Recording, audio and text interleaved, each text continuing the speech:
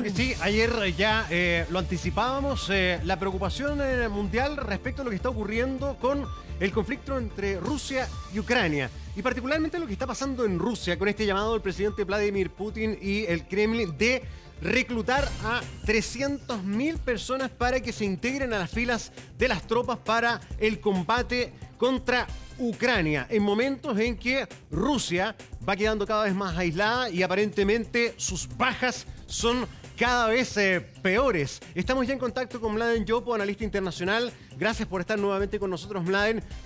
Más de 1.300 detenidos en Rusia por protestar en contra de este llamado a sumarse a la guerra. Buenos días.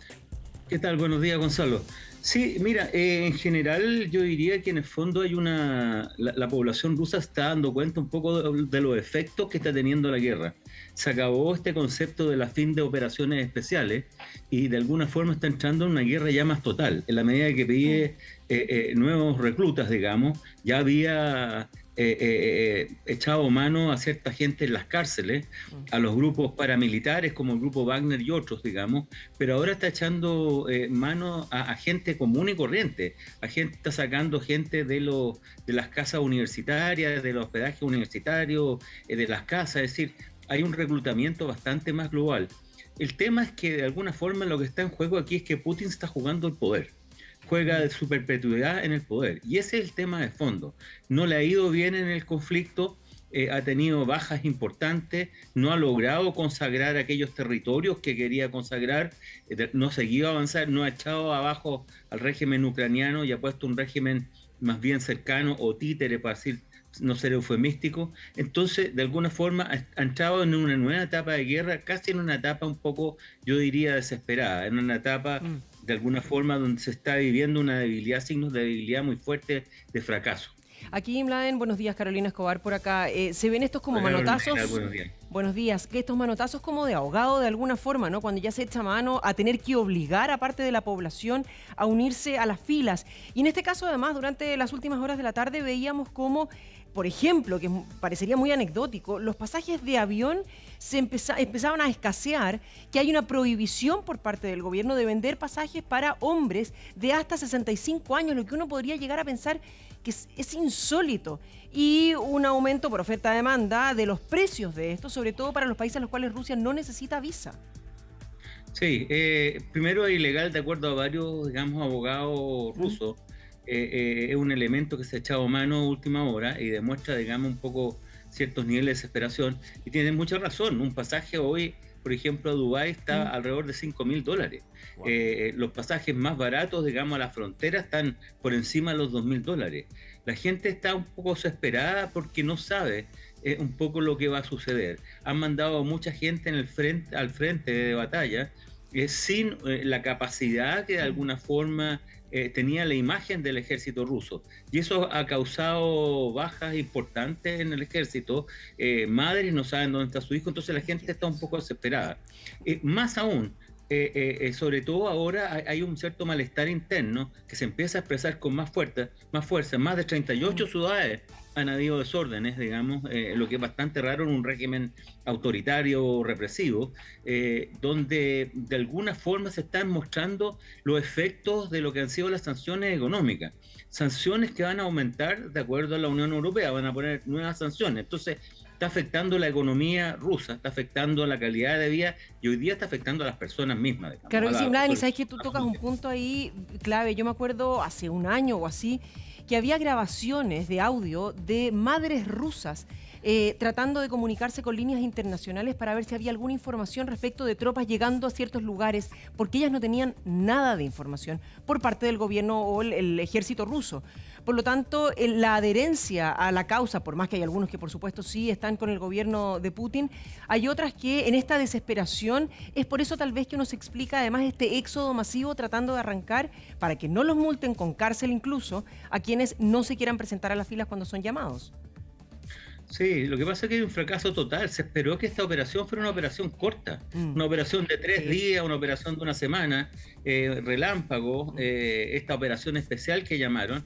No nos olvidemos que empezó el 24 de febrero la operación y ya llevamos, ¿cuánto? Más de 6 meses, digamos, donde más bien en los avances hoy día ha tenido retroceso, y eso es un tema no menor, que ha generado hartos problemas internos, no solamente en términos de organización, se ha demostrado en términos de lo que ha sido el ejército propiamente tal, ciertas falencias, ciertos problemas. Entonces, yo creo que ahí hay un tema que hoy día se está afectando incluso a los partidarios de Putin. Yo no tengo claro que esto no sea solamente a la gente anti-Putin, sino también a los propios partidarios que están viendo que está siendo afectado Rusia.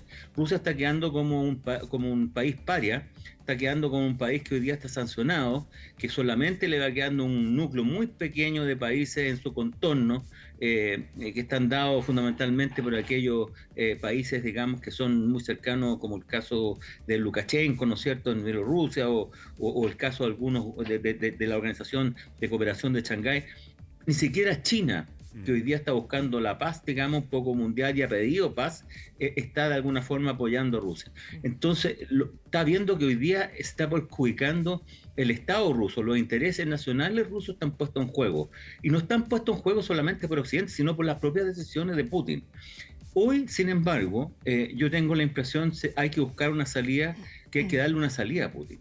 Porque Putin, si en el fondo no va a soltar, ni va a dejar de apretar, ni va a dejar de presionar, porque de alguna forma va a perder el poder con las consecuencias que eso puede tener, claro, interna y externamente. Sobre todo después de una incursión bélica donde ha habido tantas víctimas, donde puede enfrentar juicios, ¿verdad?, internacionales por crímenes de guerra. Es bien difícil saber lo que va a hacer Vladimir Putin, por sus características personales. ¿Será un hombre capaz de dar un paso al costado, de asumir una derrota? ¿Hasta dónde puede llegar? Vamos a escuchar lo que dijo en su mensaje, el último mensaje a los rusos cuando recluta, ¿verdad?, a estas 300.000 personas para seguir el combate contra Ucrania. Mire. Se firma el decreto de movilización parcial. Los eventos de movilización comenzarán hoy, 21 de septiembre. El chantaje nuclear ha entrado en acción. Les quiero recordar que nuestro país también cuenta con medios de destrucción más modernos que los de los países de la OTAN.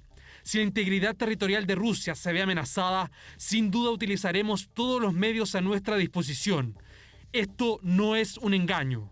A ver, la amenaza ahí bien potente que fue denunciada incluso por los líderes en Naciones Unidas, incluso el presidente Biden así lo señaló. Se está transgrediendo compromisos internacionales por parte de Rusia, pero él dice, si la integridad nacional es amenazada, vamos a utilizar estas armas poderosas que tenemos. ¿Qué sería amenazar la integridad nacional? ¿Qué le tendrían que quitar a Vladimir Putin como para que tomara una decisión así de peligrosa? Bueno, partamos diciendo que el uso de armas nucleares, tal como lo dijo el secretario general de Naciones Unidas, Antonio Guterres, que en el fondo es la destrucción de la humanidad. Ya en los 60 había la capacidad de Estados Unidos en ese momento para destruir 7 veces el mundo y Rusia 2 veces. Rusia tenía una bomba que era 1000 veces más potente que las que se tiraron en conjunto, la de Hiroshima y Nagasaki, que es la bomba SAR, se llama SAR. Sí. Y en esa perspectiva es de verdad un holocausto, es casi impensable. Yo creo que es un elemento retórico. ¿Qué está defendiendo él? Fundamentalmente ciertos elementos ganados como la anexión unilateral de Crimea en el 2014. Yo creo que él quiere consolidar en un momento determinado las áreas que de alguna forma ha saqueado o ha tomado, digamos, perdón, en alguna medida, como Lugansk, Kherson, Zaporilla, digamos, Donetsk, asegurarla esa, y eso lo va a considerar en un momento determinado territorio ruso. Él está tratando de consolidar, y con eso yo creo que él incluso ha dado una imagen interna de haber ganado en parte del conflicto y podría relajarse. Sin embargo, Ucrania no va a aceptar. Y tampoco, y yo diría que la OTAN y muchos países occidentales no van a aceptar esta anexión unilateral y sobre todo en condiciones, digamos, bélicas, estas áreas. No va a pasar lo mismo que el 2014. Se ha demostrado hoy día que es factible, en términos de una guerra convencional, ¿no es cierto?, frenar a una potencia como Rusia. Entonces yo creo que hoy es inaceptable. Va a haber que buscar una solución intermedia a esto. De alguna forma, donde hay una mediación de Naciones Unidas que logre en estas áreas certificar, ¿no es cierto?, la población, certificar, ¿no es cierto?, el resguardo de los derechos y de lo que son las entidades culturales, es decir, buscar otras fórmulas intermedias, buscar una suerte, no digo soberanía compartida, sino una soberanía más inteligente, donde haya una cierta mediación internacional en estas áreas de conflicto. Mladen, pero a ver, ¿sabes qué? Hemos visto y llevamos ya todo el tiempo siguiendo lo que ha sido este conflicto bélico.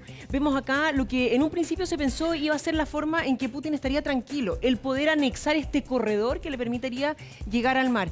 Usted dirá, bueno, ¿qué tiene que ver esto con nosotros? Lo hemos visto a lo largo de los meses. Aquí, primero, en este momento, la amenaza del uso de armas nucleares nos deja a todos bajo la misma lupa, a todo el mundo, ya lo explicaba Mladen recién.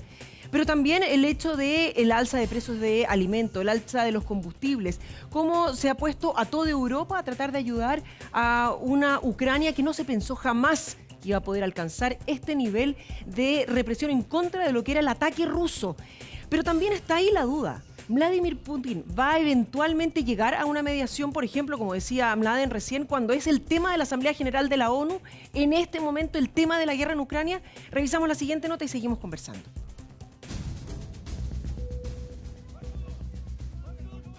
Se firma el decreto de movilización parcial.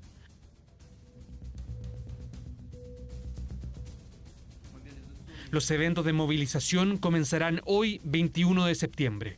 Una decisión histórica e inequívoca de que el presidente Vladimir Putin quiere cambiar el transcurso de la guerra entre Rusia y Ucrania y que provocó encendidas reacciones en Moscú.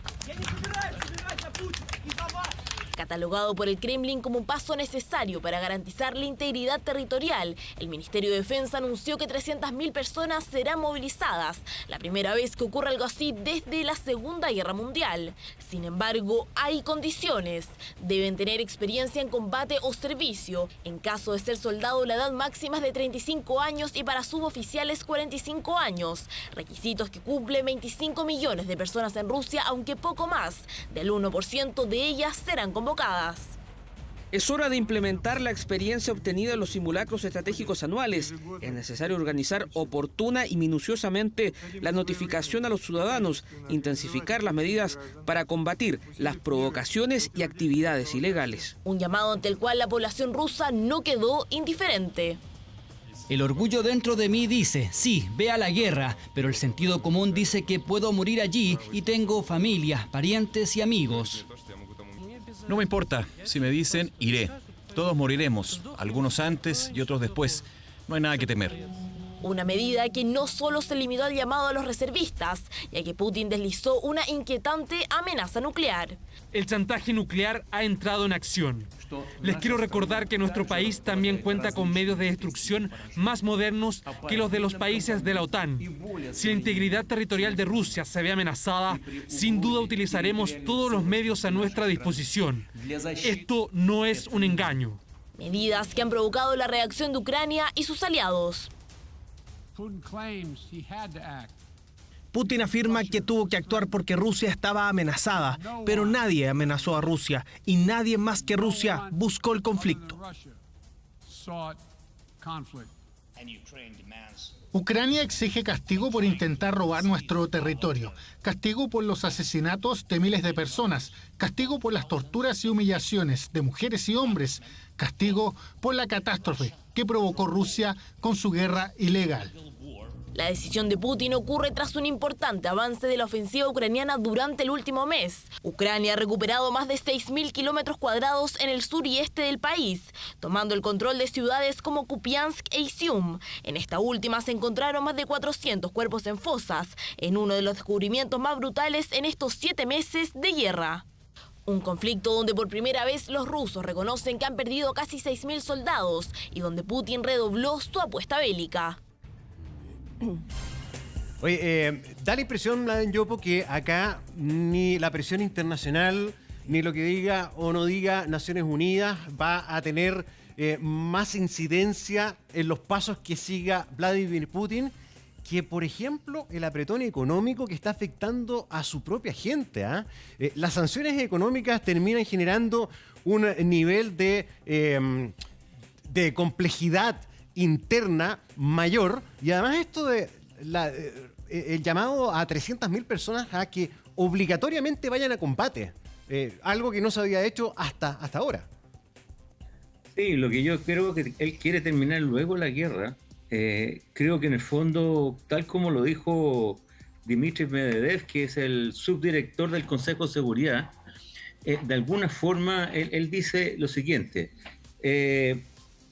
haría un nuevo trazado de fronteras que fuera irreversible, le permitiría a Moscú utilizar cualquier medio para defenderlo. Estamos hablando de las zonas que quiere anexar. Eso es lo que está pasando. ¿Por qué? Uno, porque la economía rusa está en desaceleración y ha entrado en default en el pago de ciertas deudas. Segundo, el gasto militar ha aumentado hasta el 6% del PIB, y lo que ha aumentado un cierto 30%. Y la inflación supera el 17% internamente. Es decir, hay una situación caótica. Ya no puede hacer uso de la palanca energética tal como lo hizo al principio con Europa, porque Europa, para bien o para mal, ha entrado a fortalecer otro tipo de mercados que lo van a surtir de energético, aparte de usar, digamos, de reactivar la energía nuclear y el carbón. Ahí ha buscado, ¿no es cierto?, energéticos en Qatar, Emiratos Árabes, Argelia, Túnez, Tanzania, Egipto, Angola y otros países, y Estados Unidos ha aumentado el envío de gas. Por lo tanto, no va a poder usar esa palanca. Esa era una palanca muy importante que tenía, porque era el mayor proveedor de energéticos, sobre todo petróleo y gas, de lo que era Europa. Entonces, se está quedando hoy día sin palancas. Ya, ¿y tú no consideras que este encerrón en la cual se está viendo Putin lo está llevando a cada vez más eso que tanto temíamos, que hablábamos en un principio respecto de su perfil, su forma de pensar, su forma de actuar? Lo está llevando a cada vez verse más encerrado, y leía a distintos analistas que decían, ojo, porque él va quedando como un animal herido al cual la reacción es cada vez peor y obviamente es cada vez más peligrosa. Por lo tanto, ¿crees tú que es solamente esta amenaza de la utilización de armas nucleares, es solamente una amenaza, así como más bien un bluff, o podría llegar a hacerlo? Yo tengo la impresión que no lo va a llegar a hacer, fundamentalmente por un concepto que acuñó Naciones Unidas en la década de los 60, que se llama disuasión por amenaza. Es decir, la respuesta es tanto o más fatal de lo que es el inicio de una guerra nuclear, el que lanza la primera horneada, digamos, de bombas, digamos. Entonces, por lo tanto, yo creo que eso no va a ser. Segundo, yo creo que si en el fondo el liderazgo ruso, a pesar de que está muy controlado, sobre todo siendo él un ex KGB, digamos, maneja muy bien lo que es elementos de inteligencia y control, el liderazgo, de alguna forma, el poder ruso va a buscar de alguna forma sacarlo y buscar formas de mediatizar lo que es este conflicto. Llega un momento donde dado las condiciones internas, empieza a generarse, digamos, una situación que ya el poder no logra sostenerse por sí mismo, el poder que tiene Putin. Entonces, yo más bien tiendo a ver esas variables, y por lo tanto lo que está tratando con esta retórica, desde mi punto de vista, es buscar una solución rápida, consolidar esta nueva captura de territorios, digamos, a través de estos referéndums falsos, porque es un referéndum en una zona ocupada, digamos, una zona que ha sido bombardeada, no tiene sin padrón o nivel de participación poco claro, sin información. ¿Pero cuánto tiempo le queda ahí, crees tú? Porque, ok, estamos esperando hace mucho rato. Perdón, para entender una cuestión técnica, cuando habla de estos referéndum, en Mladen, para que nos explique bien.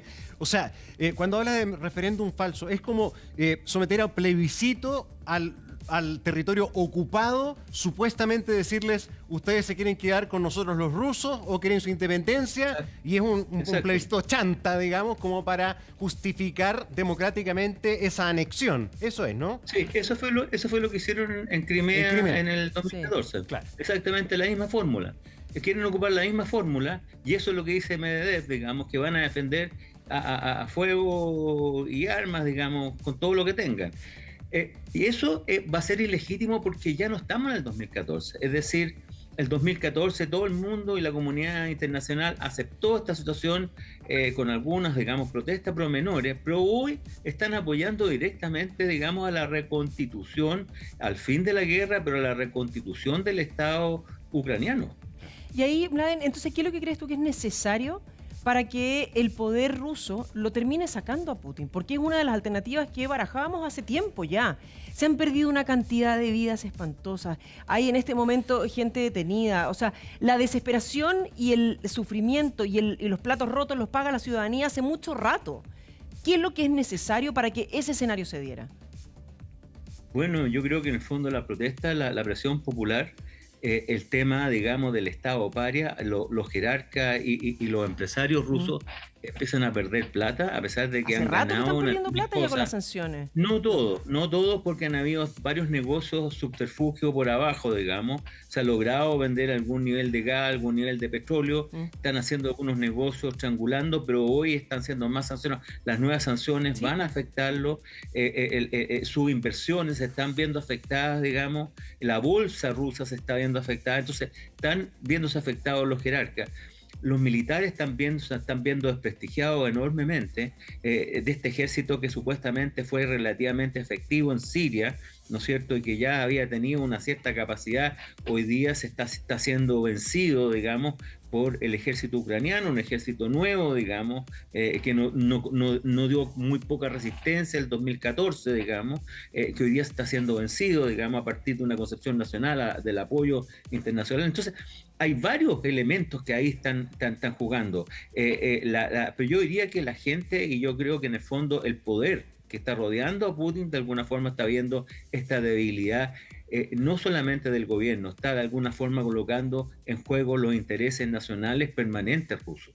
Sí, y ahí otra gran pregunta es, ¿hasta cuándo va a lograr mantener una suficiente cohesión militar, ¿no? Y lealtad de sus filas para seguir controlando el poder de la fuerza? Porque recordemos que, por ejemplo, muchos se preguntaban cómo al presidente ucraniano no le hicieron nada. Y te acuerdas, Mladen, que hubo filtraciones desde la misma Rusia que le iban soplando a los ucranianos dónde iba a haber un atentado para que fuera esquivando esas amenazas. Precisamente vamos a escuchar parte de las declaraciones de Zelensky respecto a lo que está ocurriendo. Mire. Ucrania exige castigo por intentar robar nuestro territorio, castigo por los asesinatos de miles de personas, castigo por las torturas y humillaciones de mujeres y hombres, castigo por la catástrofe que provocó Rusia con su guerra ilegal. Clave va a ser para él, Mladen, mantener, ¿verdad?, la lealtad de sus filas, ¿no? ¿Será posible pensar en que le hicieran un golpe a Vladimir Putin? O sea, es factible sacarlo. El golpe puede ser un golpe blanco, blanco, digamos. No un golpe con enfrentamiento interno. Yo tengo la impresión de que lo pueden forzar a salir. Lo pueden forzar a salir a partir de la necesidad imperiosa de Rusia de buscar una salida a este conflicto. Un conflicto que lo está desgastando enormemente, desde todo punto de vista. Además, no nos olvidemos que Rusia y Ucrania tienen una relación no solamente de cercanía, sino también incluso étnica. Muchos rusos tienen familiares en Ucrania, claro, o ucranianos y viceversa. Entonces, aquí hay una situación, casi una lucha, una guerra, digamos, entre sectores que ya no son completamente opuestos en esa perspectiva. Entonces, yo tengo esa impresión, y que, por otro lado, yo creo que China se está viendo afectado porque China quiere consolidar Taiwán luego. Es decir, yo creo que Xi Jinping y el tema de Rusia hoy día, de alguna forma, está implicando a que Occidente y fundamentalmente la OTAN, ¿no es cierto?, hoy día esté probando los niveles hasta dónde pueda llegar en términos de sanciones económicas, ayuda militar e incluso, digamos, en un momento determinado, hacerlo parte, digamos, de una posible defensa en el caso de Taiwán. Entonces China también está presionando enormemente a Rusia para poder poner fin a este conflicto. Ya no es el apoyo un poco de medir a Rusia, usarlo, digamos, como un poco test case para ver el caso de Taiwán, sino ya un poco le está afectando económicamente también. Mladen, ¿sabes qué? Pongamos contexto a esto. Tenemos el mapa acá de la zona, lo hemos revisado en reiteradas ocasiones. ¿Se acuerdan que había chilenos, por ejemplo, en Lugansk, que habían logrado llegar al otro lado, a Vlív, del país para lograr escapar a nuestro país? En este caso, parte del proyecto que tenía Rusia, o que se suponía tenía Rusia, era anexar justamente todos estos territorios que vemos en color rojo para poder tener la salida por el lado de Crimea. Crimea, que ya ha sido uno de los territorios que hablaba Mladen desde 2014, que también ha sido anexado. El problema es que en este caso, con color azul, están las fuerzas ucranianas que han logrado poder recuperar parte de estos territorios. Recordemos que en esta zona, la gente que vive, en parte comparte muchísimo todo lo que son las tradiciones, lo que nos decía Mladen recién, tradiciones rusas, la cultura, las canciones infantiles, las celebraciones, etcétera. Por lo tanto, todavía, a pesar de que en el Donbass, en este lugar acá, parte de la población decía que podía querer volver a anexarse, el referéndum del cual estaba hablando Gonzalo hace un ratito, es aquellos que quisieran volver a anexarse a Rusia. Eso es lo que no se termina de concretar, si es que efectivamente quisieran volver o no. Este territorio que había sido conquistado por Rusia se ve amenazado por estos puntos azules que tratan de recuperarlo. Cuando hablamos de las sanciones económicas y de si empresarios rusos podrían llegar a quitarle entonces el poder a Vladimir Putin, vemos cómo en una reunión extrema y de último minuto en Nueva York, los 27 países de la Unión Europea se reúnen y tratan de llegar a un consenso respecto de estas nuevas sanciones impuestas para Rusia, principalmente liderados por Hungría, que está ahí en el límite también y que tiene muchos intereses de que no sigan avanzando las fuerzas rusas. Recordemos que Ucrania finalmente es como el jamón del sándwich entre Occidente y Rusia, ¿no? Y ahí la justificación que ocupaba Putin para seguir con esta intención de que le estaban quitando territorio y que las promesas no se cumplían, Mladen, ¿es esas las promesas que él también podría dejar de cumplir y los acuerdos que se han llevado respecto de la utilización de armamento nuclear, sería algo que él podría no respetar también? Yo tengo la impresión nuevamente que hoy día Putin está perdiendo la guerra. Sí, porque la está perdiendo con lo que no habíamos imaginado nunca.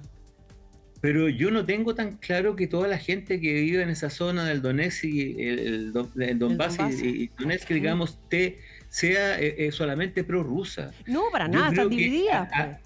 Sí, pero no solamente eso. Yo tengo la impresión de que, dado los nacionalismos que se impusieron en la zona, sobre todo por la concepción expansionista rusa, esta recuperación del imperio, se generaron nacionalismos muy fuertes que incluso afectaron a gente que no pertenecía ni a uno ni a otro directamente, pero que manejaba un tipo de lenguaje y esa gente fue segregada. Entonces, yo diría que esa gente en la zona, más bien lo que quiere, primero, es recuperar la paz. Segundo, en el fondo, que las dejen practicar lo que es su cultura, lo que es su lenguaje, sus costumbres, digamos. Y ese es el tema de fondo ahí en esa zona.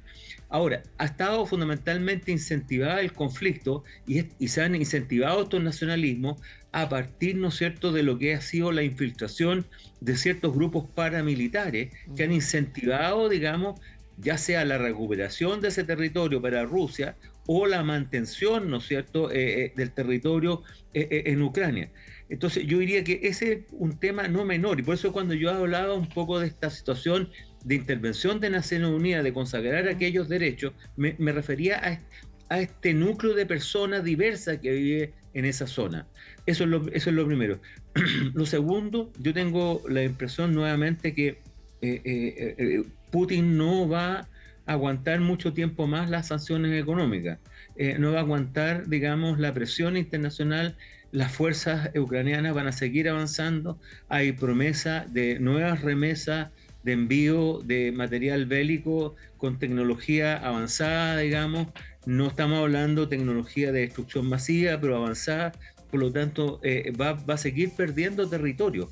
No va a lograr consolidar territorio en Ucrania. Hay una gran decisión y planificación del ejército ucraniano, en el fondo, ir avanzando con el apoyo occidental, tecnología occidental. El uso de drones ha sido masivo, digamos, en el fondo, para poder dirigir bien lo que han sido la artillería y otro tipo, digamos, de elementos bélicos. Entonces, yo creo que hoy no está en un buen pie.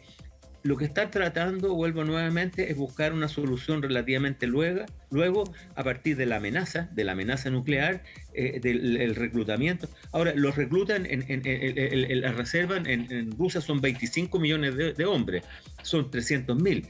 Pero los otros 25 millones que están ahí también están temiendo ser reclutados, o sea, que es un público muy grande, no estamos hablando de 200, 300, 1.000 personas, 10.000 personas, estamos hablando de 25 millones de personas en un momento determinado que tienen ese temor. Y bueno, ese temor de alguna forma va generando un rechazo. Sí. Perdón, ahí estamos viendo la imagen del Flight Radar, que es la imagen, digamos, de los vuelos saliendo de Rusia. Esto cuando se hace este llamado a los 300.000 reclutas. O sea, inmediatamente se tomaron todos los aviones disponibles a aquellas naciones donde no necesitan visa para llegar. Y ahí estamos viendo los centenares de vuelos que inmediatamente se gatillaron a raíz de este llamado del gobierno ruso, ¿ah? Sí, todos los aviones, todos los trenes, todos los buses a la frontera estaban repletos. No habían pasajes, no existían pasajes. Sí. La gente se está escondiendo, de acuerdo a gente que ha informado, digamos, se está escondiendo en el fondo para no ser reclutado. Por el temor, digamos, de ir a una guerra que sienten muchos de ellos que no es de ellos. Segundo, porque no hay ninguna seguridad, no es una guerra, aquí no hay un win-win, digamos, por decirlo así, no es una guerra garantizada, digamos, sino más bien van hacia un elemento de incertidumbre muy fuerte, donde muchos soldados rusos han tenido que arrancar así en forma sin ninguna organización. Esto no implica que el ejército ruso sea un mal ejército, lo que pasa es que hay una planificación equivocada y se equivocaron frente al rival, digamos. Esa es la situación de fondo. Sí. Entonces, hay una situación hoy día que en el fondo Putin está tratando de presionar al máximo para lograr consolidar estas áreas que habíamos nombrado y de ahí, digamos, entrar a buscar un proceso de paz. Genera mayor expectación, sobre todo lo que va a ser también el próximo año. Esto puede que continúe todavía hasta el 2023. Queremos agradecer a Mladen Yopo por haber estado conversando con nosotros, una opinión súper interesante respecto de lo que está ocurriendo en otro lado del mundo, pero que sin duda nos afecta.